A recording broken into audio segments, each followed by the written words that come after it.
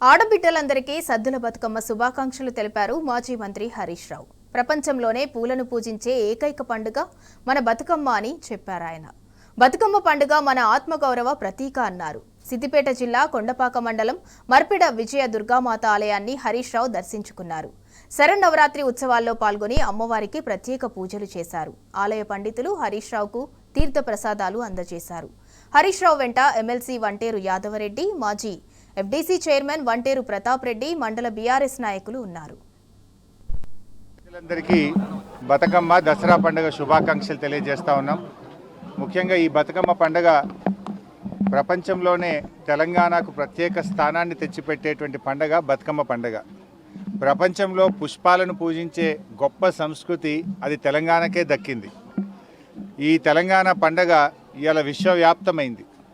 తెలంగాణ ఉద్యమ ప్రస్థానంతో, తెలంగాణ రాష్ట్ర సాధనతో రాష్ట్రాన్ని సాధించడమే కాదు, తెలంగాణ పండుగలు కూడా విశ్వవిఖ్యాతమైనవి, ప్రపంచవ్యాప్తంగా గుర్తింపును పొందాయి. ఇవాళ దేశ విదేశాల్లో ఉండేటువంటి ముఖ్యంగా తెలంగాణ ఆడబిడ్డలందరూ కూడా గొప్పగా ఈ బతుకమ్మ పండుగను జరుపుకుంటూ ఉన్నారు. ఇవాళ ఏ దేశం ఎగినా, ఎంత దూరం పోయినా మన సంస్కృతిని, మన సంప్రదాయాన్ని మర్చిపోకుండా ఈ పండుగను చాలా గొప్పగా జరుపుకుంటున్నారు. బతుకమ్మ పండుగ తెలంగాణ సంస్కృతి సాంప్రదాయాలకు ఒక ప్రతీక. ఈ పండుగ ఎంత విశిష్టమైందంటే ప్రకృతిని పూజించే పండుగ. ప్రకృతి ద్వారా వచ్చేటువంటి పుష్పాలను చాలా గొప్పగా చేర్చి ఆ పుష్పాలతో ఏర్పాటు చేసినటువంటి బతుకమ్మను మరి అక్కా చెల్లెళ్ళు ఎంతో ప్రేమగా ఒక ఆటపాటలతో మరి వాటిని పూజించి చెరువు నీళ్ళలో కలుపుతూ ఉంటాం.